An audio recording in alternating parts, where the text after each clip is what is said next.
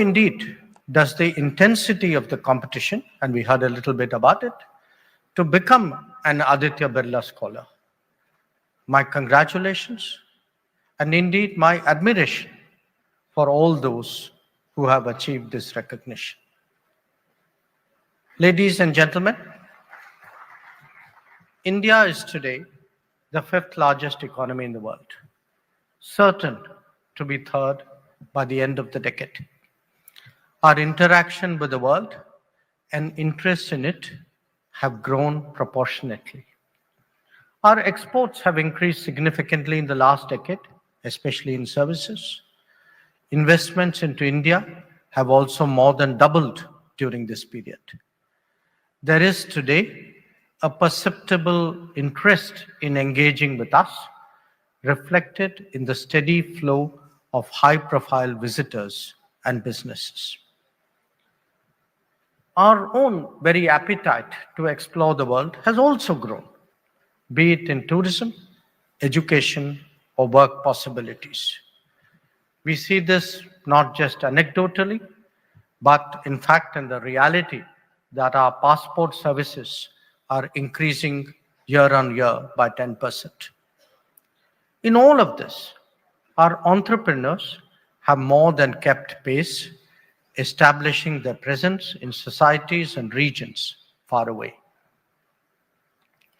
The world that Aditya Birla ji had foreseen and sought to prepare us for is today upon us. This deeper linkage between the external world and our national endeavors offers us crucial opportunities to accelerate the quest towards Viksit Bharat. In fact, we take it so seriously that I can declare that foreign policy now as fundamentally purposed to advancing national development apart from ensuring national security. The two goals are, of course, closely linked, as I will explain later. Therefore, much of our diplomacy is dedicated towards promoting exports, attracting investments, sourcing best practices, identifying technologies, and expanding tourism.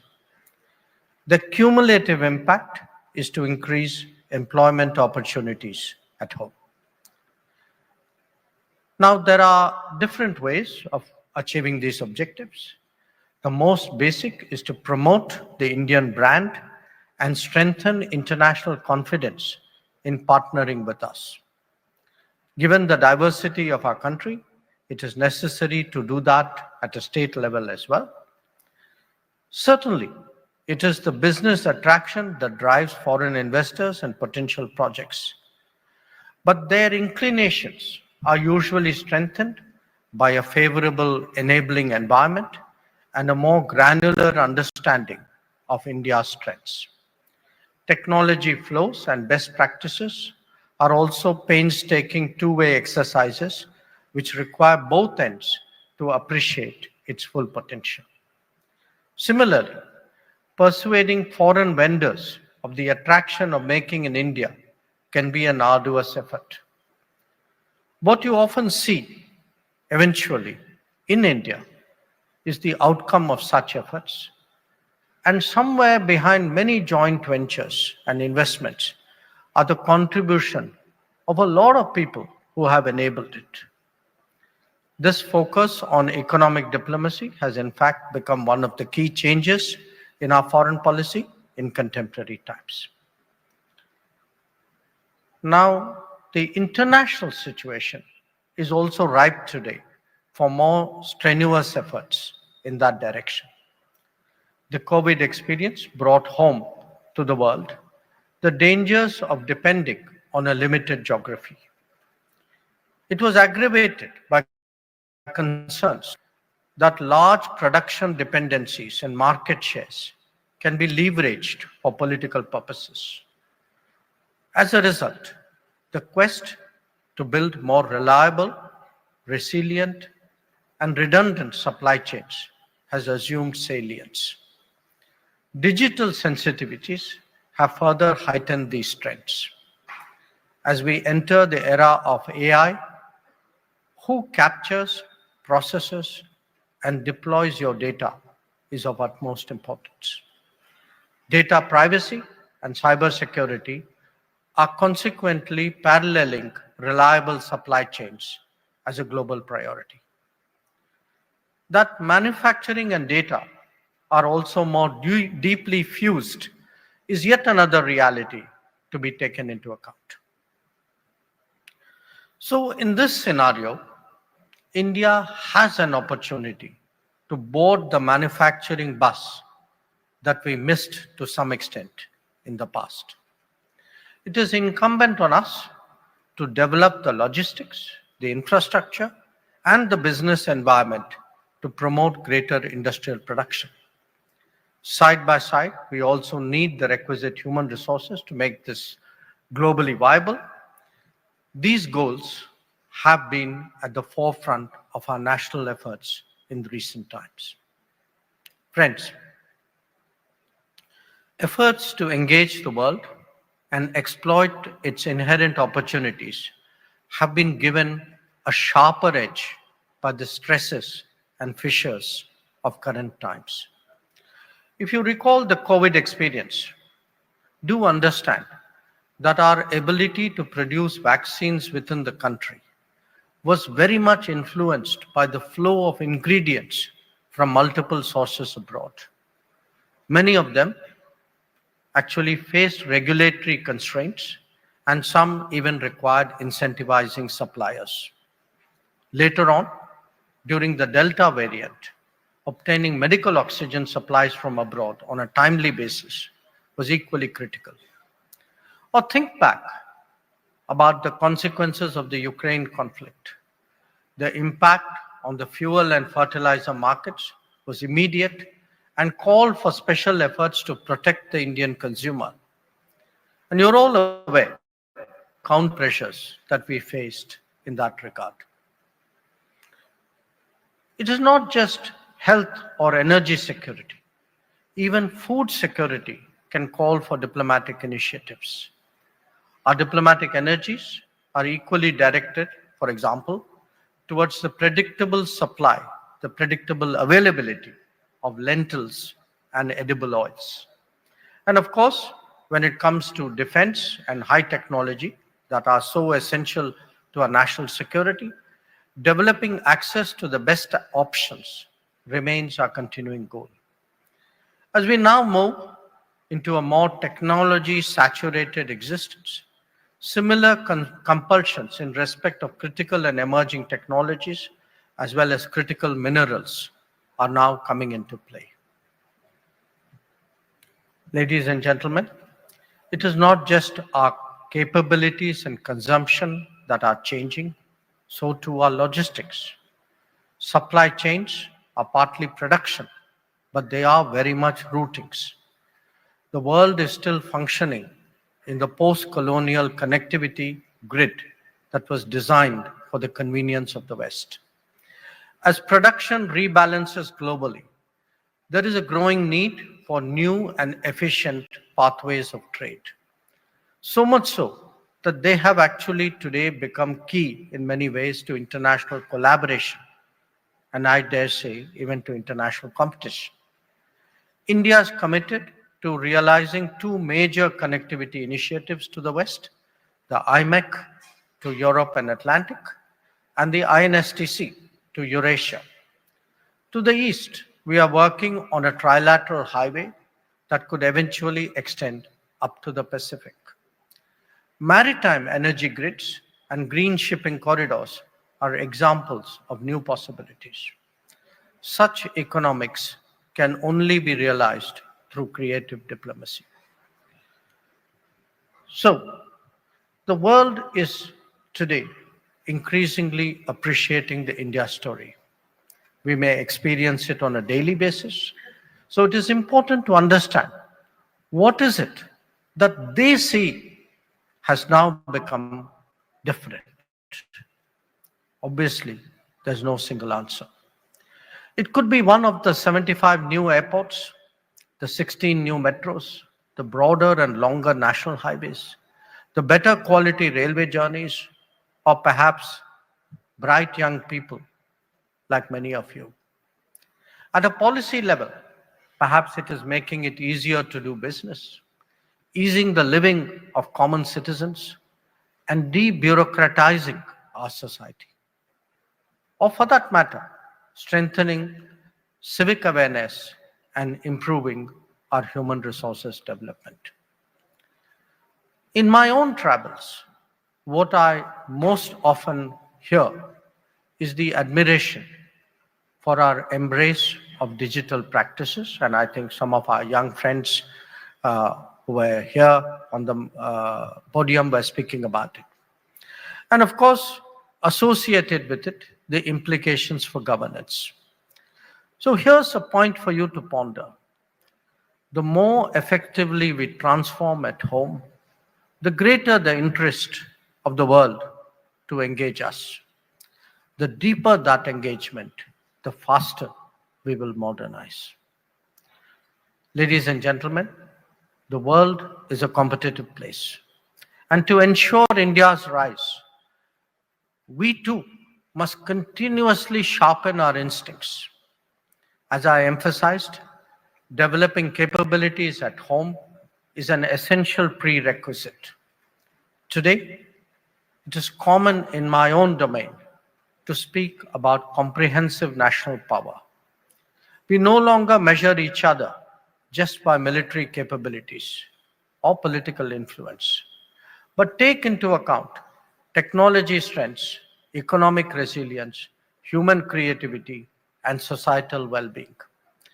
No nation can truly develop in a unidimensional manner, and large ones in particular, like us, must have some basic self-sufficiency.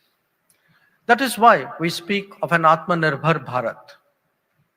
Otherwise, in an era of weaponized economics, we leave ourselves seriously open to vulnerabilities. India currently faces two big challenges on that score. One, the scale of our producers, and two, the limits of our technology. Both are changing with each passing year and are indeed interlinked in many ways. In fact, growing bigger and growing deeper are both sides of the same coin. For Bharat to rise, it must develop deep technology strengths and create the capacity to research, to design, and to innovate. That will only happen when manufacturing expands and the industrial culture strikes deep roots. The India stack, Covaxin, 5G technology, the Tejas aircraft, or the Chandrayaan mission are examples of what we can do once we put our minds to it. But this period of building national capabilities will also require deep deliberation and considered policies if we are to move ahead strongly. After all, we must be safeguarded from unfair competition during that process, especially if they could have a strategic intent. Global engagement cannot be argued on narrow economic merits alone without any regard to its social and national security consequences. Indeed, that is one of the takeaways from recent developments in the United States. The promise of technology is also a prospect that deserves greater attention. In the past, we often only did the reforms we must, leaving out the reforms we could or should. The absence of an ambitious national vision also ensured that there was never a set of clear national goals. Much of our policy prescriptions were a rationalization of these limitations rather than a thought-through, viable long-term strategy. New technologies that put a premium on talent and creativity can now work in our favor. This world of AI and chips, of electric mobility and batteries, of space and drones is poised to transform life in this decade. We cannot and we should not miss out a second time.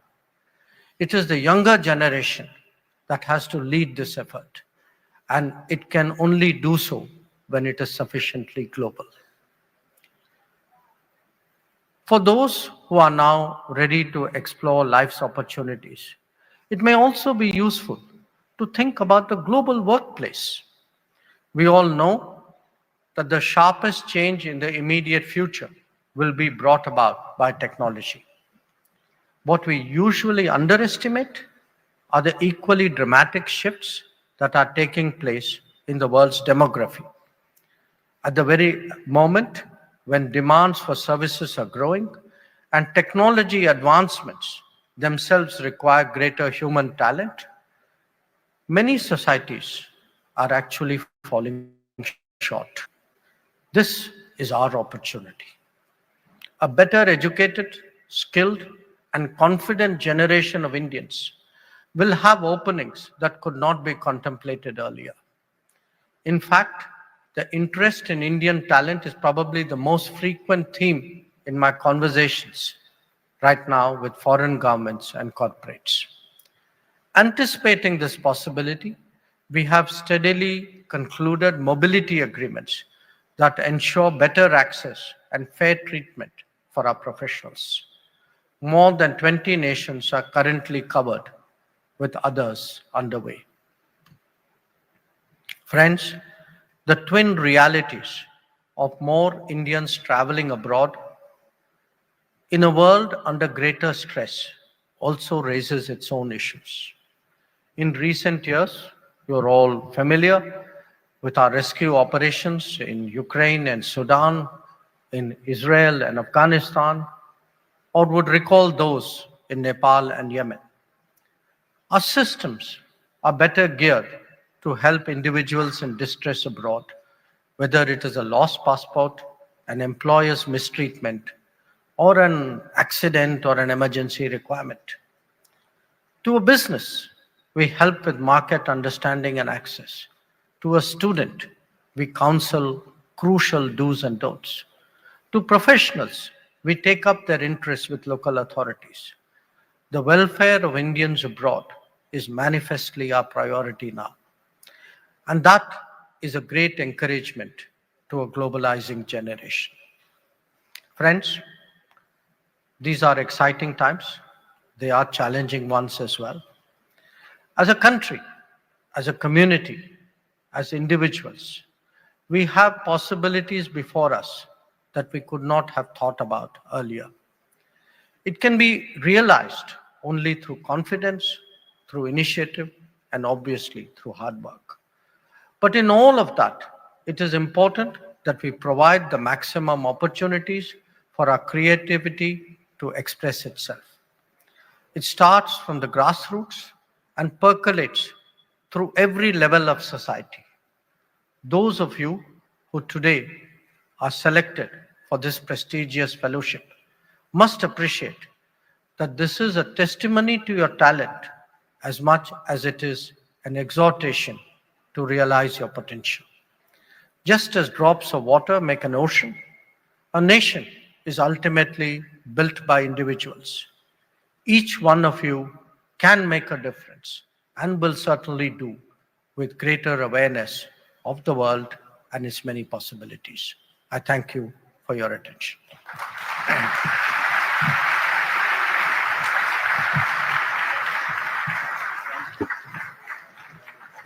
Yes, sir. Thank you so much, sir. Ladies and gentlemen, as we have received some questions already, we're going to take a look at those. And sir, what has happened is that we had asked in the beginning, before you arrived, if people could submit a question. You can still do so by scanning the QR code on the screen and share your questions with us. We look forward to a very insightful exchange. And sir, I request you to please be seated as I've got with me some of the questions that have been sent to us. I'm very excited about them. So here we go.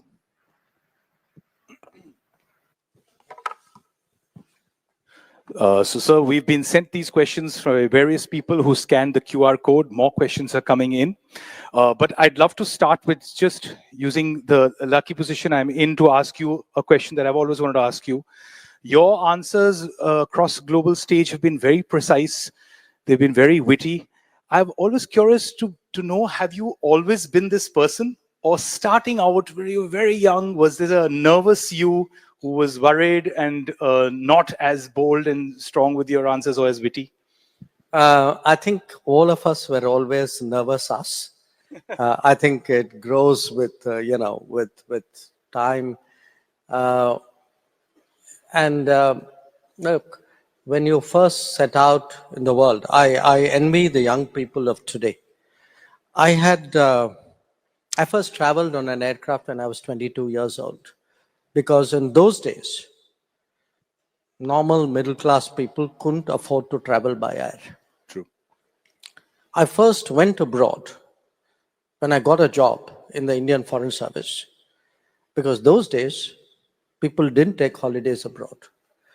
So we knew much less about the world, Yeah. and even about ourselves. The exposure was relatively limited. So, and all of that in some ways reflected on your confidence levels. Yeah. But in a way, I was lucky. I first went to Moscow. My second posting was Washington. So when you've done, you've been thrown into big pools, you learn to swim. They are big, deep pools sometimes. I had, bosses who gave you the latitude, the leeway. You learned on the job. I had good colleagues, peer group or mentors, very important in life. I mean, to me, still, there are a few people I remember almost like in any situation, even now. When others would look at me for mentorship, but I still remember my mentors. Right. So it grows on you. I mean, there isn't a particular moment, but let me tell you, two things. All of us started down this journey. And I tell people sometimes, we all remember the good moments, like the jumping with joy, even though it was before the result. But sometimes it's also useful to remember, the times you didn't make it, the numbers which were below what you hoped. So True. I think it that's builds part of it. empathy Sure, towards sure. others. Thank you so much for that. And with that, I'm going to now read out the questions we've been sent. Here's the first one. How do you see the US presidential election outcome impacting Indo-US ties, especially given Prime Minister Modi's strong personal rapport with President-elect Trump? What do you mean specially given? I mean, we have it taken care of. So, the Prime Minister was among the first three calls, I think, that President Trump took. And look, India, one, Prime Minister Modi has actually built rapport across multiple presidents. When he first came to DC, Obama was the president, then it was Trump, then it was Biden. So, for him, there's something natural in terms of how he forges those relationships. So that's helped hugely. And I think, the changes in India have helped as well. I know today a lot of countries are nervous about the US. Okay, let's be honest about it. We are not one of them. Right. That's wonderful. That's great news. Lots of smiling faces in the audience. Sir, the next question that was sent in is this one. How do you see the reset in the global power dynamic play out as the balance of power shifts in some ways from the west to the east? And what are the likely intended and unintended consequences? Look, yes, there is a shift. We are ourselves an example of the shift. If you look at our economic weight, you look at our economic ranking, you look at even Indian corporates, their reach, their presence, Indian professionals, which I spoke about. So no question, there is a rebalancing. Okay, and to my mind, it was inevitable. It was inevitable because at one level, because once these countries, after the colonial period, got their independence, they started making their own policy choices. then they were bound to grow. The part which is not inevitable is some grew faster, some grew slower, some grew better, and there the quality of governance and the quality of leadership came in. So there is, in a sense, therefore, the constant and the variable. There is a trend towards a more diverse multipolar world. But there is also, a period when countries really surge ahead. I mean, it's a bit like would happen in the corporate world as well. And that's what you're seeing. But do remember one thing. The older, the Western economies, the older industrialized economies, they have not gone away. They still count. I mean, they are still today prime investment targets. They are big markets. They're strong technology centers. They are hubs for innovation. So let's recognize the shift, but let's not get carried away and kind of overstate it. Right. And distort our own understanding of the world. Right. Thank you for that. Here's an interesting question. What's the one lesson from diplomats that you think business leaders need to learn? Well, look, I think the real trick in diplomacy is to put yourself in the shoes of the other person.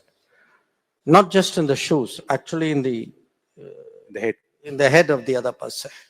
That you train yourself. And that's, why do we learn a language? Why do we spend time, out of the country? Why do you fraternize? Why do you immerse yourself in other people's habits? Because ultimately you want to get in there. And if you can get in there, I mean, it's like, I mean, in a sense, the sports analogy. You're actually anticipating what the bowler is going to do because you are in the bowler's head. Or nowadays, from a Bumrah perspective, we're going to anticipate what a batsman is going to do because you're now in the batsman's head. Right. So this to me is a very, very important skill. It takes time, lot of experience, and some natural talent. True. You have to be like a sponge. You have to have empathy, I guess. And also lot of the bookish stuff may not be reality, and you learn so much about culture and the way people think. Here's another question. How is PM Modi as a boss? Do you have early yearly appraisal sessions? I have daily appraisal sessions. Look, I'd say, I mean, in a way, it's been for me pretty much, except for a year and a half, I was out of government, about 10 plus years continuously. In a way, I would say he's honestly a demanding boss, exacting boss. And I say that because he prepares, I mean, if you are discussing something, you have to come fully prepared. I mean, you have to know what you're talking about. You have to make your, argument or your case or whatever it is. You must stand your ground. You must have the data. So a second characteristic I would say is he's a very interactive boss. There are bosses who have made up the mind before you talk to them, or there are those who listen to you, give you a decision. His way of decision making is very much interactive. There is a certain Back and forth out there. And I frankly, I say this in all honesty. I mean, I've enjoyed working with him because, he takes a call. He takes a call and then gives you that latitude. So say, for example, I'm giving you, let us say, the Ukraine. Okay. Once, I mean, he took a call that we need to get people out, do what it takes, use the Air Force, use the civil aviation, talk to people, tell me what I have to do. If I have to make a phone call, I will do that. If you have to send ministers out there to, but then he gives you that operational freedom. I mean, he will monitor it. I mean, he will want a feedback. Okay. I mean, it's not like he's not tracking you, but he's not micromanaging you. He's not second guessing you. Right. So in that sense, I've actually, frankly, enjoyed the experience of this job. That's a beautiful answer and lots of takeaways from that. Here's a wonderful question. Given your father's distinguished career, what are some of the formative values and principles that he instilled in you, and also what you may have absorbed? Well, look, my father, for those who may not be familiar, was also working in the government. And he was again, he was a very, he was not a typical government bureaucrat. He had a particular set of jobs which had a certain public activity. So he used to write, he would speak. Even when he was in the government, he would press his point of view. So the one thing certainly I carried away from him is to be a believer. I mean, if a job, work is not something you do from 9 to 5. I mean, and it's not something where you do your bit and it's somebody else's problem after that. Right. So, I mean, or you're saying bureaucracy, it's not like the file left me and so he had a very strong beliefs on many issues. I mean, in those days, for example, the nuclear issue was very strong. A lot of it, he spent a lot of his time on defense related issues. So if you have to learn to kind of fight for your beliefs and your policy, convictions. But at a personal level, I think, look, we were a very typical middle class family with all the middle class habits which came. And I think many of those are very good habits. I mean, you live within your means, you do many things yourself, you Reuse old cans. well, among other things. My Yes. family. Yes, sir. But we're so short on time. I'm going to pick the last question. What's the atmosphere like when you're in the middle of intense negotiations with other countries? And what would be a few tips on negotiating? Look, we go back to the diplomacy business. True. I've also learned from people in business, I must tell you. I mean, I've seen some really perceptive. I even had a short stint in business, if you know, between my civil service and my political. It was my gap year, you True. can say. If I were to share a negotiating tip, it would be to study whoever you are meeting as exhaustively as you can and bond with them as quickly as you can, so that when the tricky issues come, they already begin to like you. Right. So if you are meeting someone, okay, I've actually picked up knowledge of sports, for example. Most people in the world, by the way, if you really want them to be nice, you want drop guard, do sports. I'm now talking my generation, okay? So do sports, maybe do, films, music, food. Right. So the more you study them, more data you have, and often you don't have, you wing it as you go along. But today you get a lot about people.